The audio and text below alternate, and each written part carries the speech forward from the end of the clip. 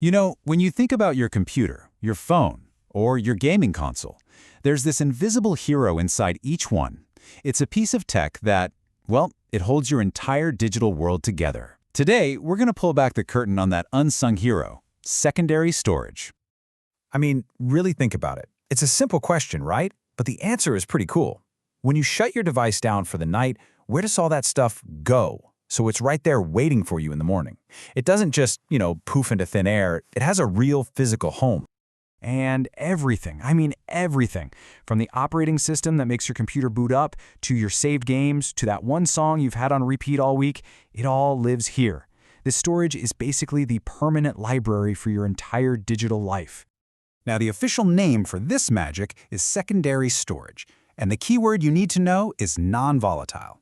That's just a fancy way of saying that when you cut the power, your data doesn't vanish. It stays put.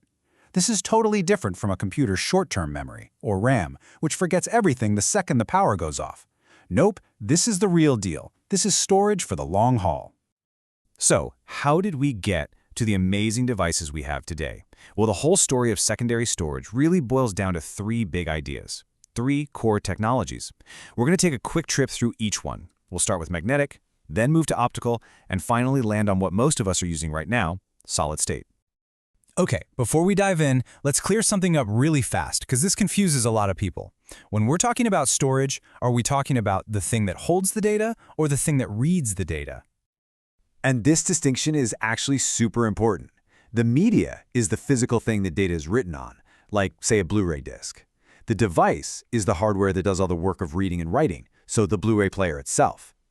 A really simple way to think about it is this. The media is the book, and the device is you, the person reading it. You need both to get the story.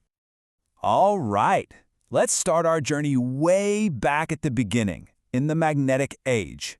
This is truly where the whole story of modern data storage gets started. Just get a load of the size of these early magnetic tape drives. They were absolutely massive. This is where it all began. For the very first time, we had a way to reliably store huge amounts of information for a long, long time.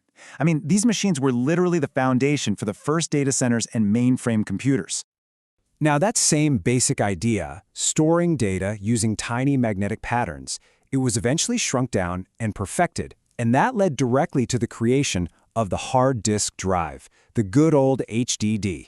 For decades, these spinning metal platters were the heart and soul of every personal computer out there, holding our operating systems, our software, and every single one of our files. But magnetism wasn't the only game in town.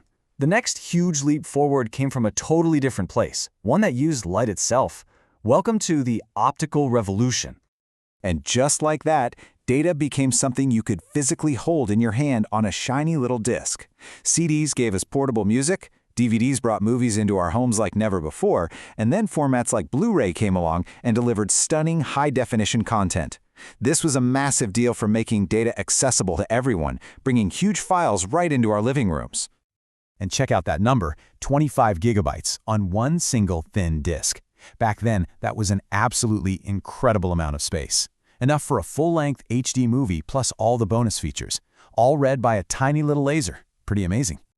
And that brings us right up to today, to the solid state era. And this might just be the biggest shift of them all, because this is where we finally got rid of all the moving parts. So instead of spinning platters or disks, solid-state tech like the flash memory inside this little USB drive uses electric circuits to store data. And with zero moving parts, it's unbelievably fast, it's way more durable, and it can be made incredibly small. This isn't just a minor upgrade. This is the technology that makes our modern smartphones and super-thin laptops even possible in the first place. And this slide really just says it all, doesn't it?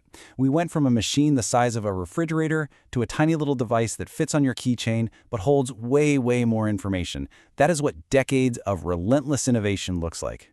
It's just incredible. When you step back and look at the whole picture, it really is that simple. The entire history has just been this constant, relentless push to cram more and more data into smaller and smaller spaces, and to get that data back out faster and faster. So, what's the big takeaway here? Well, from those giant magnetic tapes to the tiny flash drives in our pockets, secondary storage is the absolute bedrock of our digital lives. Its evolution isn't just a cool story about tech, it's the story of how our entire modern data-driven world was even able to happen. Which, of course, leaves us with one last big question to think about. We're creating more data now than at any point in human history, every single day. As that tidal wave of information just keeps growing, what comes next? What comes after solid state? What will the next unsung hero of our digital lives look like?